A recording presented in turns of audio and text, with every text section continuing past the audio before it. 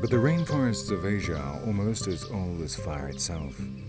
They have tremendous powers of regeneration, the ancient strength of vegetation. Certain species are invulnerable to fire. They do not burn, they simply resist. The simul trees are fireproof, and they are therefore the final refuge in the jungle.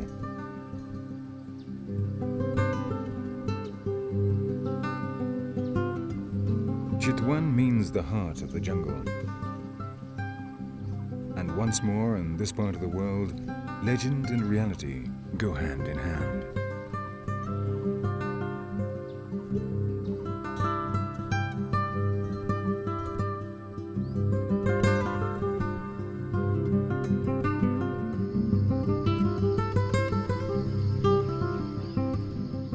The fact that certain species burn and others don't favors the growth of the so-called secondary forest, different from the original jungle, clearer and with more light, in which grass is able to grow on the ground.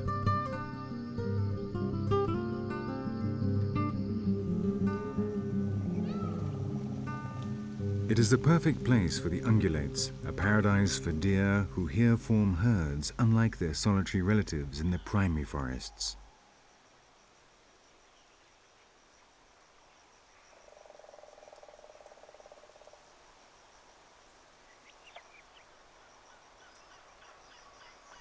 The ancient inhabitants of the primitive jungle are forced to climb up ever higher in search of food.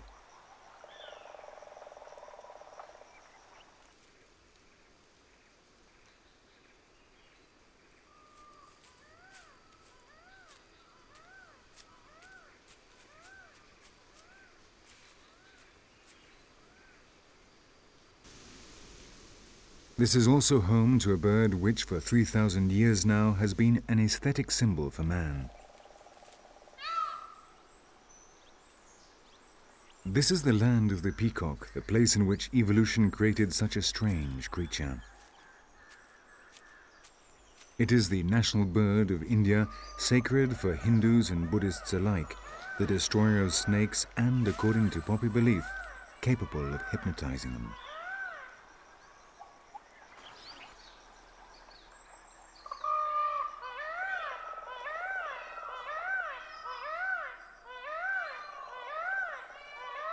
The characteristic territorial cry of the males warns rivals that this territory is occupied. Then the suitor displays his feathers 1 meter 60 centimeters long in the hope of sufficiently impressing one of these visiting females that she will agree to be the mother of his chicks. The females prefer the males with most peacock eyes, and these continue to grow throughout their lifetime. So the older the male, the larger his tail, and the more females he is able to attract. Such a flamboyant display in the middle of a jungle full of tigers is a risky business, but in nature, nothing ventured, nothing gained. And what is more, the more superbly decorated the males, the less they participate in rearing the chicks.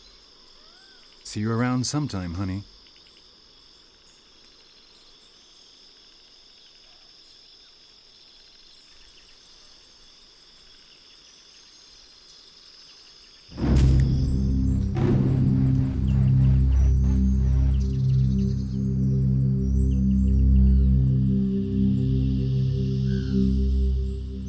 The langurs, however, like the good primates they are, do have a long, close family life. The baby langurs spend a lot of time playing and learning from the adults the tricks of life up in the treetops.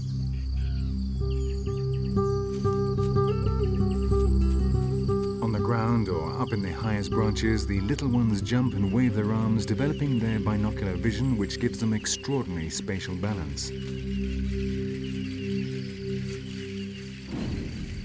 In their young brains, the neuronal connections are established which someday will save their lives when they have to flee from danger, swinging from branch to branch.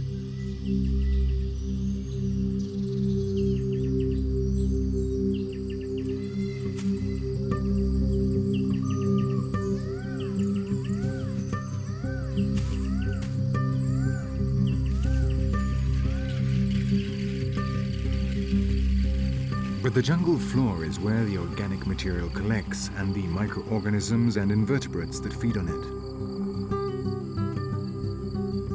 it. Simian societies can be just as complex as ours, but when it comes to organization, none is as perfect as this one, the termites.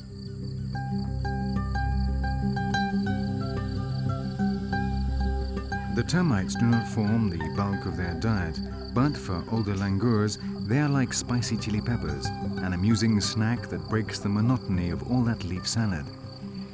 Just stick your finger in and suck.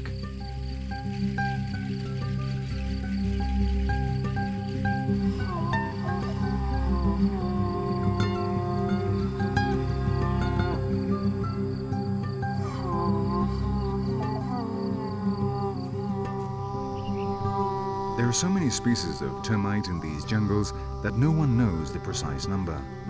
Their fortresses are intelligent buildings with their own air conditioning, but this doesn't prevent them from being constantly attacked.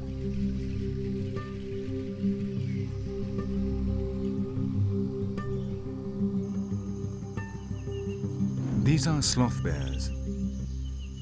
Their characteristic thick, long lips are designed to literally suck up the termites from their holes. Their sight is poor, their smell worse, and they are renowned for their bad temper. They are among the strangest bears in the world, and local stories speak of them as fierce beasts.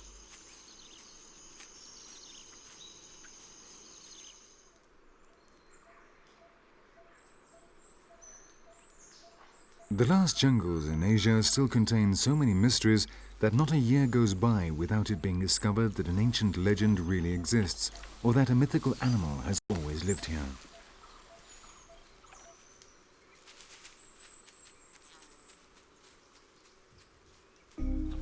But the myths spoken of in ancient travelers' tales are now up against a formidable enemy, a human population that is constantly growing.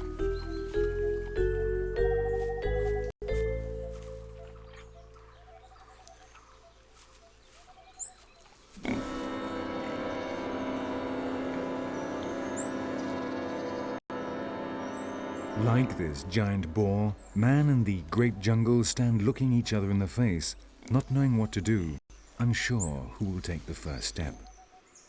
At any moment, mutual respect may turn into aggression.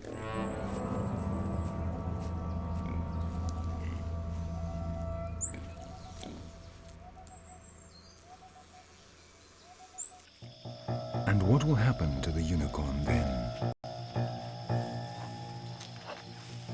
India contains 16% of the world's population on just 2% of the land surface. But the tradition of creating forest and nature reserves dates from the 4th century BC. For the time being, Chitwan and Kaziranga are a good home for the rhinoceroses, with around 400 in the Nepalese park and 1,200 in the Indian one, as well as other small groups scattered across another 6 areas.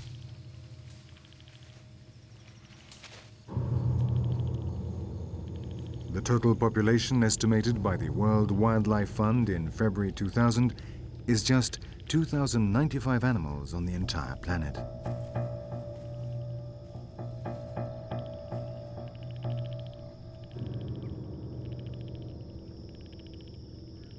Weighing almost 2,000 kilos and weighing 4.2 meters in length, it needs up to 5 square kilometers to cover its territorial and dietary needs. Its constant movements among the grass create an entire network of tracks which other animals take advantage of. It's hard to believe that such a formidable animal almost disappeared forever as the result of false, ridiculous, magical and medicinal beliefs, and what is more, beliefs held by people living far away from these animals' homeland.